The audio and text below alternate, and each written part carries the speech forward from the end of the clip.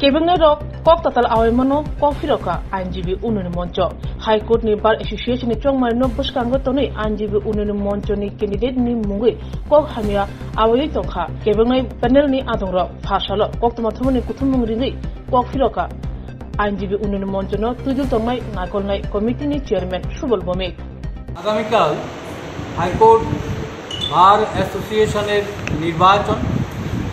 এই নির্বাচন সকাল 9:30 থেকে 1টা অবধি হবে। প্রতিবারের মতো এবারও বিজেপি লিগাল সেল সমর্থিত আইনজীবী উন্নয়ন মঞ্চ প্রতিদ্বন্দ্বিতা করছে। আমাদের আইনজীবী উন্নয়ন মঞ্চের যে পরিচালন কমিটি রয়েছে সেই পরিচালন কমিটির চেয়ারম্যান সুবল ভৌমিক মহোদয় এখানে রয়েছেন, উনি আপনাদেরকে বলবেন। কাল 10 আগস্ট ত্রিপুরা হাইকোর্ট বার অ্যাসোসিয়েশনের নির্বাচন। এই নির্বাচনকে সামনে রেখে আইনজীবীদের কল্যাণার্থে, আইনজীবীদের উন্নয়নে আমাদের আইনজীবী উন্নয়ন মঞ্চের পক্ষ থেকে আমরা 11 জনকে প্রার্থী করেছি।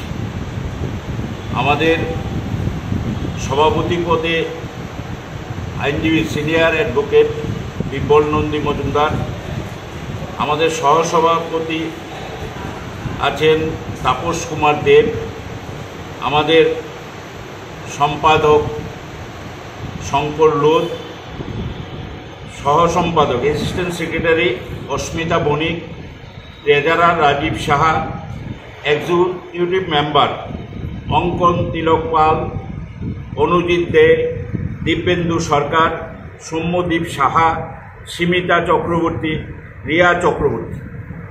আমরা এই প্যানেলকে সামনে রেখে আমাদের কিছু যাতে ভবিষ্যতে আইনজীবীদের উন্নয়নে, আইনজীবীদের ওয়েলফেয়ারে আমরা কী কী করব সেগুলোই পরবর্তী সময়ে আমাদের যিনি সভাপতি প্রার্থী উনি বলবেন। কিন্তু আমরা যেটা আজকে বলতে চাইছি যে হাইকোর্ট বার অ্যাসোসিয়েশন বা ত্রিপুরা বার অ্যাসোসিয়েশন, এটা নির্বাচন 12 মাসে 13 পার্বণ প্রায়ই হয়, প্রতি বছরই ঘুরে ঘুরে নির্বাচন হয়। কিন্তু আইনজীবীদের অবস্থা, বার অ্যাসোসিয়েশন অবস্থা সেই তিমিরেই আছে। সরকার সম্পূর্ণভাবে এই বার অ্যাসোসিয়েশনগুলোকে সহায়তা করতে চাইছে, কিন্তু বার অ্যাসোসিয়েশন থেকে সেই প্রকার কোনো উদ্যোগ আমরা দেখতে পাই। ন্যূনতম আইনজীবীদের সুবিধার্থে, সাহায্যার্থে যে পরিষেবা সেটাও আমরা দেখতে পাই। অথচ গতকালকে এখানে সিপিএম কংগ্রেস সমর্থিত একটা প্যানেল যারা সাংবাদিক সম্মেলন করে অভিযোগ জানিয়েছে যে আমরা এই যে আইনজীবী উন্নয়ন মঞ্চের পক্ষে যারা প্রার্থী হয়েছেন, প্রতিদ্বন্দ্বিতা করছেন, তাদের জন্য নাকি আমাদের মন্ত্রিসভার সদস্যরা বা আগরতলা শহরের যে মেয়র ওরা নাকি বাড়ি বাড়ি প্রচার করছে। এই ধরনের সম্পূর্ণ বিভ্রান্তিকর। কারণ আপনারা জানেন আমাদের সরকার দীর্ঘ 25 বছরে বাম জামানায় যখন এই রাজ্যটা পিছিয়ে পড়েছিল, তখন আমাদের প্রিয় প্রধানমন্ত্রী নরেন্দ্র ভাই দামোদর দাস মোদীর আশীর্বাদে, সহায়তায় আমাদের রাজ্যের মুখ্যমন্ত্রী ডক্টর মানিক শাহর উদ্যোগে যেভাবে প্রশাসন তার ট্রান্সপারেন্সির মাধ্যমে মানুষের পাশে দাঁড়িয়েছে সব অংশে, সেই সরকারের মন্ত্রীদের বা মেয়রের হাতে এত সময় নেই যে একটা ডোমেস্টিক অ্যাসোসিয়েশনের নির্বাচনে ওরা গিয়ে বাড়ি বাড়ি প্রচার করবে। যিনি বলেছেন আমাদের সত্যি এই অ্যাডভোকেট, বিশেষ করে আইনজীবীরা, কি ত্রিপুরা বারেই হোক, হাইকোর্ট বারে হোক, সারা রাজ্যে হোক, সবাই স্তম্ভিত। যারা এই প্রতিদ্বন্দ্বিতা করছেন, বিশেষ করে সিনিয়র অ্যাডভোকেট, আমি নাম বলছি না, আমাদের প্রতিপক্ষ কংগ্রেস সিপিএমের সম্মিলিত যে মঞ্চ, তাদের থেকে যে প্রতিদ্বন্দ্বিতা করছেন, উনি 6 বছর বার কাউন্সিলের চেয়ারপারসন ছিলেন। বার কাউন্সিলের চেয়ারপারসন মানে এই রাজ্যের সমস্ত অ্যাডভোকেটদের চেয়ারপারসন। সেখানে 6 বছর থাকার পরে একটা ছোট্ট ইউনিট বার অ্যাসোসিয়েশনে উনি কি কারণে প্রতিদ্বন্দ্বিতা করতে এসছেন?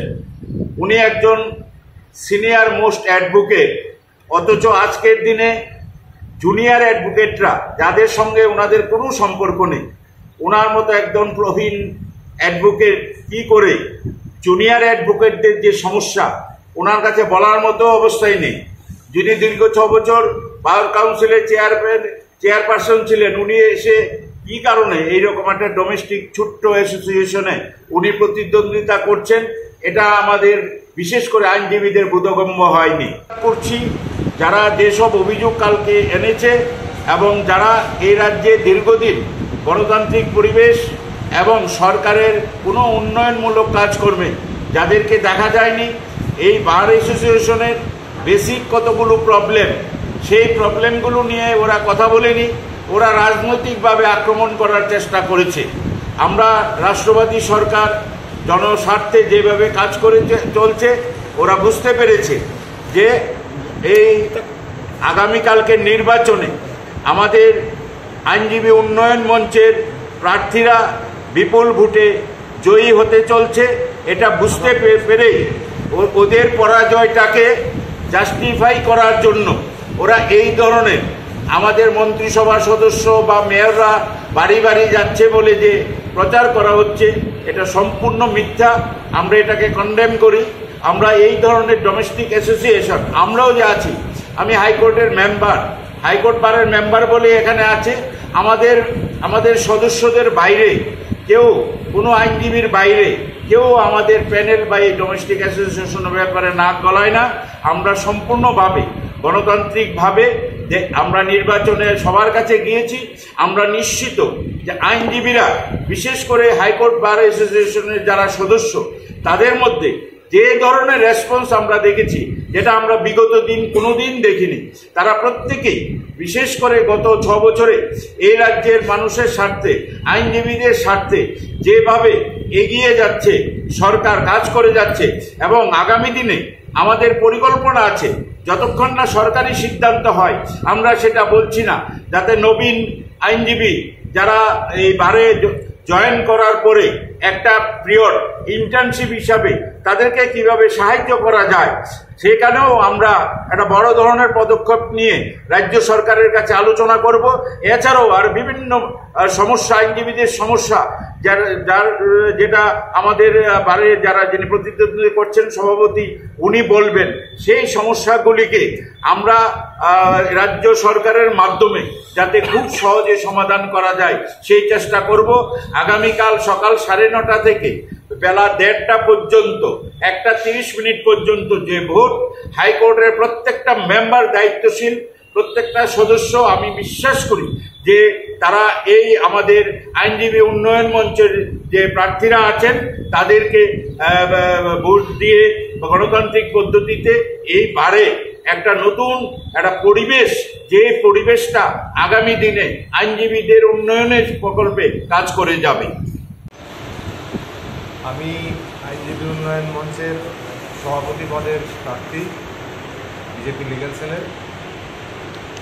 সুবলবাবু আমাদের চেয়ারম্যান, উনি আপনাদের বলেছেন যে কি আমাদের পরিকল্পনা থাকবে ভবিষ্যতে। আমি একটু ডিটেলে বলছি যে আমাদের একমাত্র এই প্রফেশনে ইনিশিয়ালি খুব কষ্ট হয়, কারণ তখন রোজগার কোনো একজন মক্কেলরা নতুন লয়ারের কাছে আসেন না। তো আমরা অনেকদিন ধরে চিন্তা করছিলাম যে যারা নতুন লয়ার প্রথম ঢুকেছে বা 3 বছর বা 5 বছর অবধি ওদের কোনো রকম আয় থাকে না, তখন এটাকে চিন্তা করে আমরা একটা পরিকল্পনা নিয়েছি। আমরা কমিটিতে আসার পরে আমরা একটা চেষ্টা করবো যাদের ওদের একটা ওয়েলফেয়ার স্কিমের মধ্যে ওদের এটা দেওয়া যায়, ওদের একটা অ্যামাউন্ট আমরা দেওয়ার চেষ্টা করবো অনারিয়াম বলে। তারপরে হচ্ছে হাইকোর্ট বার অ্যাসোসিয়েশনের মধ্যে বা লাইব্রেরির মধ্যে আমাদের কোনো ওয়াইফাইয়ের কানেক্টিভিটি নেই, যেটা সমস্ত মেম্বাররা ইউটিলাইজ করতে পারবে। আমরা সেই একটা আমাদের উদ্যোগ আছে।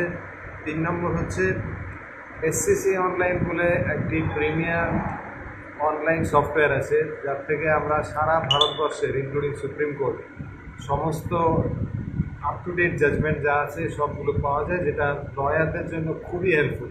ওই সুবিধা যাতে সব লয়ার পায়, হাইকোর্ট বারে যারা প্র্যাকটিস করতে যান সবাই যাতে পায় সেই উদ্যোগ থাকবে।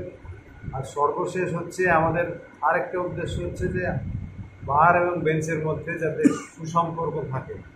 অনেক ইস্যু আছে যেখানে লয়ারদের অনেক সমস্যা থাকে, কিন্তু এটা গিয়ে হাইকোর্টের জজদের কান অব্দি যায় না।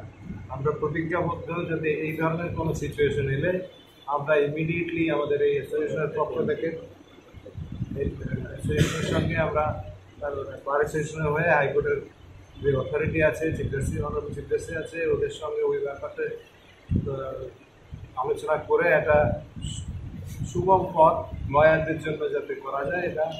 আর আরেকটা হচ্ছে যে আমরা একটা ভালো ক্যান্টিন আমাদের হাইকোর্টে নাই। আপনারা যান হাইকোর্টে, একটা ভালো আমরা ক্যান্টিন পাচ্ছি না। আমাদের একটা উদ্যোগ থাকবে যে একটা ভালো ক্যান্টিন যাতে হয়, লয়াররা এত দূরে যায় ওখান থেকে খাওয়া দাওয়া, ক্লায়েন্টরাও যাচ্ছে, সারা ত্রিপুরা থেকে লোকজন আসে। মোটামুটি এই হচ্ছে আমাদের লক্ষ্য। আরেকটা কথা বলে আমি শেষ করছি যে আমি কয়েকদিন আগে আরেকটা এরকম প্রেস বাইট দিয়েছিলাম, আমরা যখন প্রচারে গেছিলাম। আমরা যে যে কথাগুলি বলেছি এখন দেখছি যে ওই পক্ষে যাই সংবিধান বাঁচাও মঞ্চ, ওরা ওই কথাগুলোই ওই পয়েন্টগুলোই ওরা বলছে যে ওরা কী করবে, যেটা হচ্ছে আমাদের যে বক্তব্য তার রেপ্লিকা। তো এরা চাইছে আমাদের গুলো নকল করতে, কিন্তু আশা করা যায় এবার হাইকোর্ট বারের যে মেম্বাররা আছে এনারা প্রত্যেকেই বুঝে গেছেন যে একমাত্র আইনজীবী উন্নয়ন মঞ্চই হচ্ছে একটি প্রতিষ্ঠান দল, যেখান থেকে ওনাদের সব থেকে বেশি অধিকার রক্ষা হবে। ওদের জন্য আমরা সমস্ত চেষ্টা করি। ধন্যবাদ। সেক্রেটারি পদে কন্টেস্ট করছি আইনজীবী উন্নয়ন মঞ্চ থেকে। আমার দৃঢ় বিশ্বাস আইনজীবী উন্নয়ন মঞ্চ সমস্ত মেম্বার যারা দাঁড়িয়েছে ওদেরকে সম্পূর্ণ প্যানেল জিতাবে। আমরা যদি সম্পূর্ণ প্যানেল জিততে পারি তাহলে আমরা বারের সাথে কাজ করতে পারবো, কারণ আমরা সরকারকে আমরা বিভিন্ন দাবি দাওয়া নিলে সেই দাবি দাওয়াগুলো পূরণ করবো। বুধাই মাত্র বলেছেন যে যারা 0 থেকে 5 এই নতুন যে অ্যাডভোকেট আছে ওদের জন্য একটা স্টাইপেন্ডের ব্যবস্থা, এটা আমরা সরকারের সাথে কথা বলে কোনো স্কিম দিয়ে হোক যে করে হোক এটা আমরা চালু করবই যদি আমরা টোটাল প্যানেল ক্ষমতায় আসি। আমরা চাই আমরা বারের উন্নতি, আমরা চাই বারের সঙ্গে বেঞ্চের যেন ভালো একটা সম্পর্ক থাকে। তার জন্য আমি সবার কাছে আহ্বান রাখছি আমাদের টোটাল প্যানেলকে যেন জয়যুক্ত করে।